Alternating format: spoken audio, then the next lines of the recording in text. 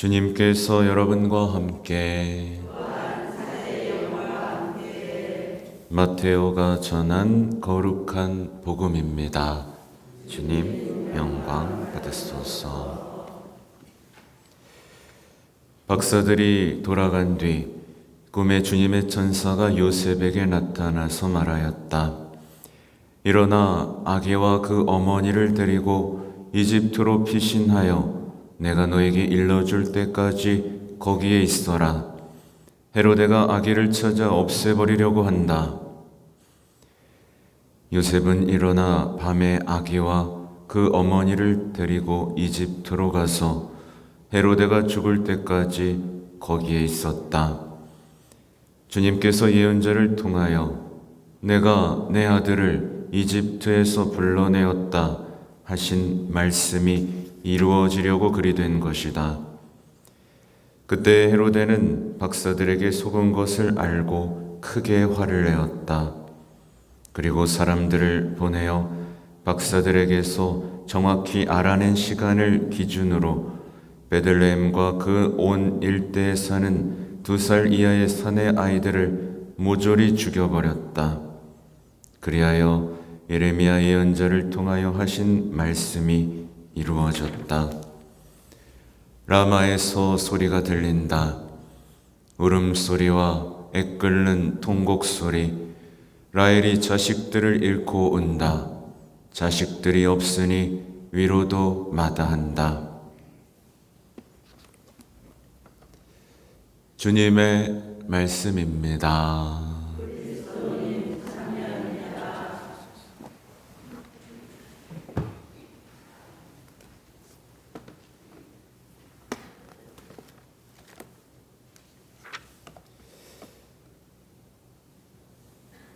참 예수님,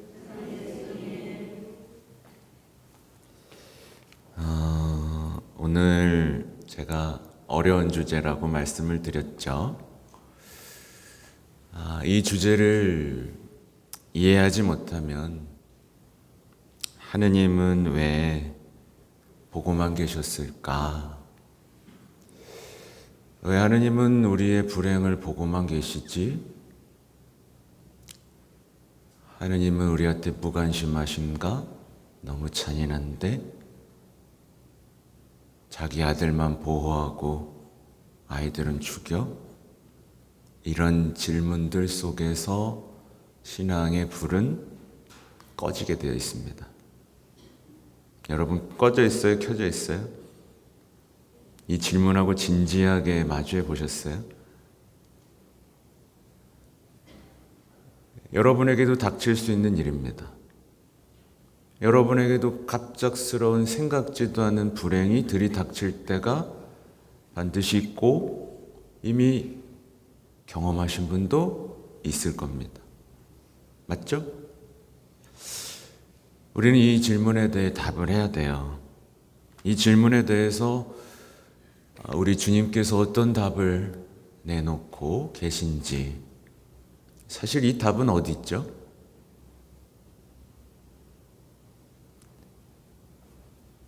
예수님을 잃고 눈물을 흘리신 성모님, 그리고 십자가의 답이 이미 있습니다.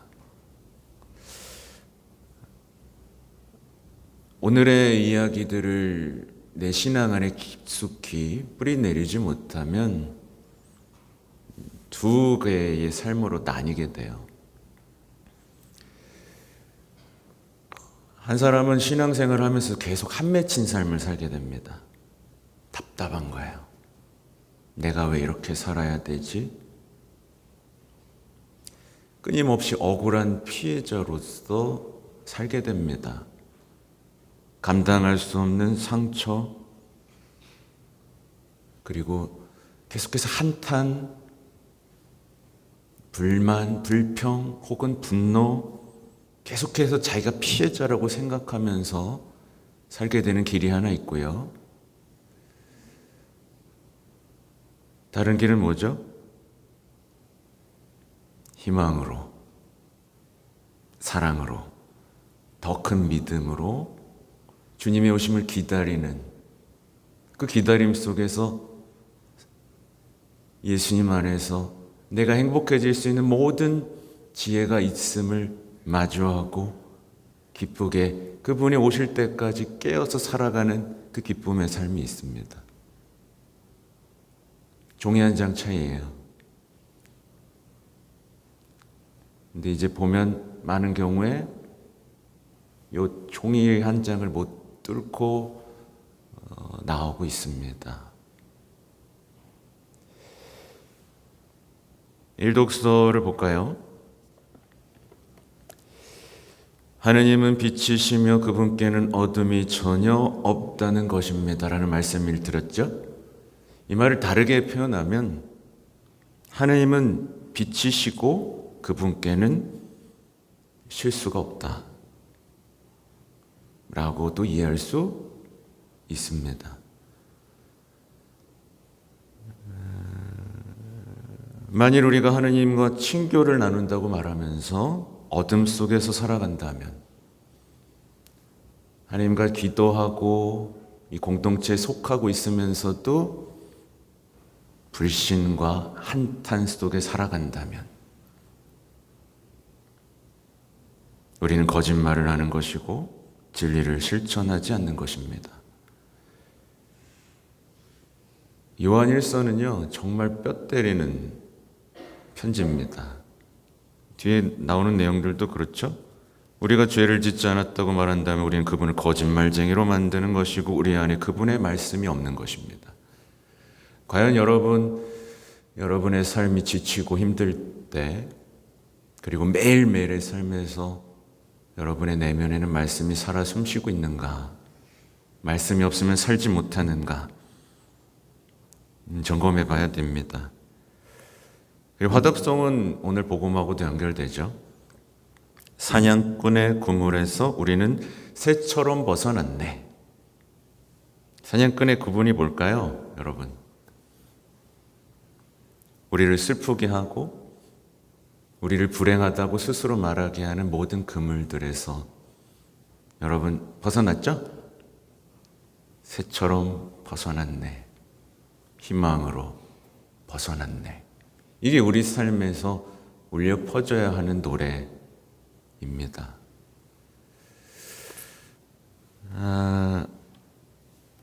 복음으로 돌아가 보죠.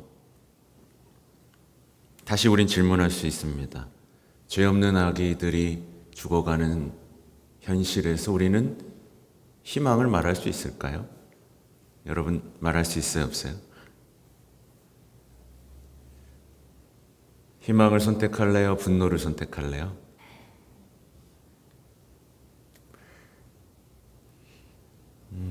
헤로데처럼 살래요? 아니면 아기 예수님과 함께한 성가정의 모습대로 살래요?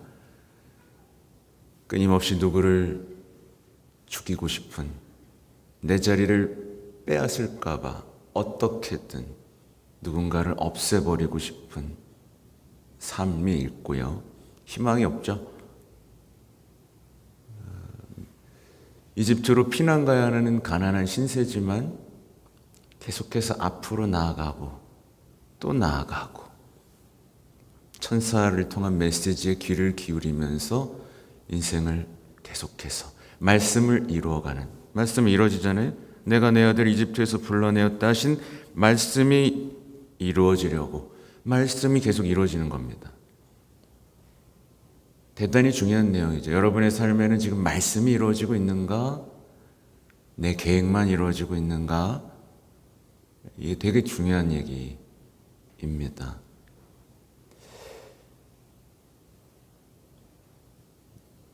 자식을 잃은 비극, 돌이킬 수 없는 상실, 지금 우리 전쟁들이 많이 벌어진 상황 속에서의 이야기들이죠. 우리를 둘러싼 악, 또 폭력, 울부짖는 형제들의 고통, 이 가운데 우리는 위로, 희망을 얘기할 수 있을까? 어쩌면 우리 얘기일 수도 있습니다. 어둠은 끝나는 것 같지가 않고요. 저는 무능력합니다. 과연 이런 상황에서 우리는 희망을 얘기할 수 있는가? 그래서 오늘 예레미야 예언서의 말씀이 이루어졌다라는 말씀이 써 있습니다. 이게 예레미야 31장 15절부터의 말씀이에요. 주님께서 이렇게 말씀하신다. 라마에서 소리가 들린다. 비통한 울음소리와 통곡소리가 들려온다. 라헬이 자식들을 잃고 온다. 자식들이 없으니 위로도 마다한다. 그 누구의 위로도 듣지 않는 이 상황 속에서, 근데 이 말씀이 이렇게 끝날 것 같으세요? 항상 뒷부분을 우리는 궁금해해야 됩니다. 주님께서 이렇게 말씀하신다. 바로 이어집니다. 내 울음소리를 그치고 내 눈에서 눈물을 거두어라. 내 노고가 보상을 받아 그들이 원수의 땅에서 돌아올 것이다. 주님의 말씀이다. 내 앞날은 희망이 있다. 주님의 말씀이다. 내 자녀들이 고향으로 돌아오리라. 이게 이어지는 말씀입니다.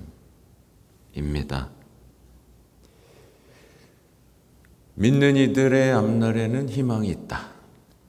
약속입니다. 여러분 희망 있어요, 없어요? 근데 아직도 어렵죠? 희망이라는 게 참 어렵죠. 우리 헷갈려요, 그죠? 뭘 보여줘야 희망할 거 아니야? 막 이렇게 헷갈려야 합니다. 보여줘서 희망하면 이게 희망이에요? 이게 믿음이에요? 우리 이걸 착각하면 안 됩니다. 보이지 않는 것을 희망한다고 할 때 이걸 믿음이라고 말하고 이걸 희망이라고 말하는 건데, 이게 이제 우리의 신앙의 영역으로 들어가는 거예요. 뻔한 잘 될 거고 긍정적인 생각하고는 차원이 다른 희망을 얘기하는 겁니다. 아브라함의 얘기를 들어볼까요? 아브라함이요,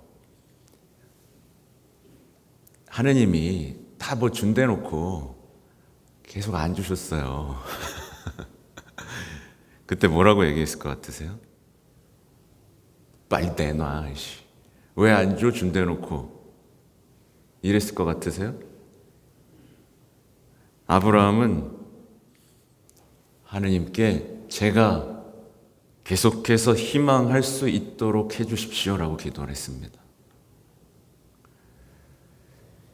아들 빨리 내놓으세요라고 한 게 아니라 저 계속 희망하게 도와주십시오.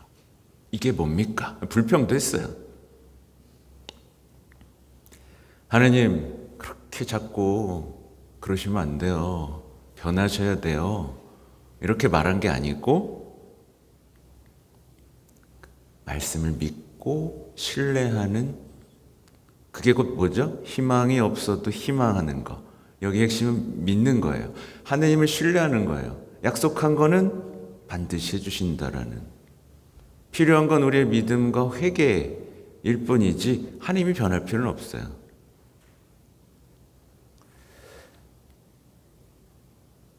그리고 아까 말씀드린 대로 사실 자식 잃은 사람들에게 괜찮아 라고 말할 수 있어요? 여러분? 말 못해요. 저도 만약에 그런 분이 있다면 아무 말도 못할 겁니다. 그냥 같이 우는 것밖에 없습니다. 침묵하는 것밖에 없어요. 근데 그걸 누가 하신다고요? 성모님이 하시는 거예요. 성모님은 자식을 잃은 어머니들과 함께 오십니다. 그리고 아무 말도 안 하시고 침묵 속에서 이렇게 말씀하시는 거예요. 그 눈물은 희망의 씨앗이 될 것이다. 실제로 그렇게 됐죠. 오늘의 상황을 볼까요? 오늘의 상황에서도 성모님하고 성요셉 성인을 보십시오. 절망을 바라보지 않습니다. 그러니까 참 다르죠. 뒤를 돌아보지 않으세요.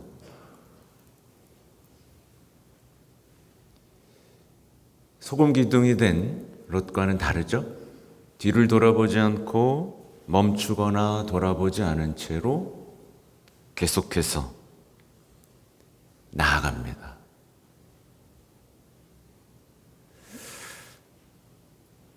희망을 안고 희망이신 예수님을 안았죠. 가라는 대로 계속해서 희망으로 한 걸음 한 걸음 나아가고 있습니다. 이게 희망의 순례자의 전형적인 모습이라고 볼 수 있어요.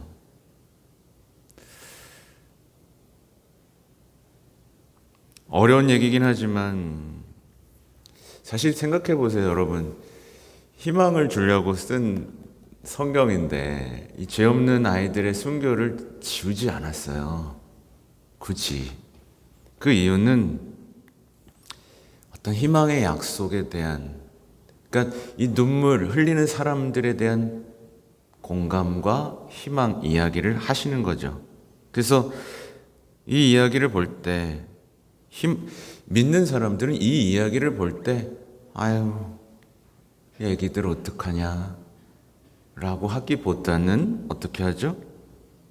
이 이야기들 속에서도 희망을 보면서 나도 걸을 수 있겠어 라는 위로의 메시지를 받을 수 있습니다. 저는 오늘의 복음이 희망의 등불이고 지팡이라고 생각이 듭니다. 왜냐하면 저도 계속 희망을 붙들어야 되거든요. 근데 오늘 이야기는 도전이었고 덕분에 든든한 지팡이 하나를 얻었거든요. 희망이란 계속해서 삶을 나아가게 해주는 원동력입니다. 근데 우리 자꾸 멈추고 싶잖아요. 그만하고 싶잖아요. 포기하고 싶잖아요. 관계도 포기하고 싶고 하던 봉사도 포기하고 싶고 가정도 포기하고 싶고 다 포기하고 싶잖아요. 그런 것들이 우리 삶을 덮치잖아요. 근데 한 걸음 한 걸음 가게 해주는 게 희망입니다. 그래서 이제 희망의 원천이신 예수님, 이 두 가지를 저는 마지막으로 말씀을 드리고 싶은 거예요. 십자가를 보면 어떻죠, 여러분? 십자가를 보면 어떤 상황에서도 악이 승리할 수 없다라는 것을 약속해 줍니다. 말도 안 되는 것 같지만, 그죠? 왜 성당에 십자가가 걸려 있는가? 우린 계속해서 생각해 봐야 돼요. 어떤 상황에서도 악은 승리하지 못한다. 어떤 상황에서도 사랑이 이긴다. 고통은 끝이 있고, 실망은 극복되고, 죽음은 생명이 된다. 하나님이 우리와 함께 계셨고 하나님이 우리를 위해 목숨을 바치셨기 때문에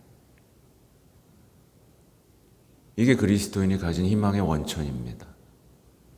또 구유를 볼까요? 구유를 보면 희망이 태어납니다. 무슨 기도를 해야 될까요? 주님, 저의 삶에도 매일매일 희망이 다시 태어나기를 바랍니다. 절망적인 이스라엘 상황 속에서 희망이 계속 태어나잖아요. 그렇죠?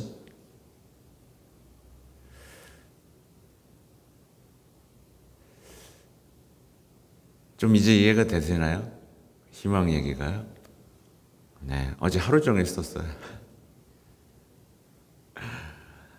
왜냐하면 그만큼 희망을 얘기하기는 참 쉽지 않으니까. 근데 결론을 얘기하자면 사실 우리 그리스도인들이 자꾸 맥없이 이렇게 떨어져 나가는 이유는 결국 희망이 없어서이다.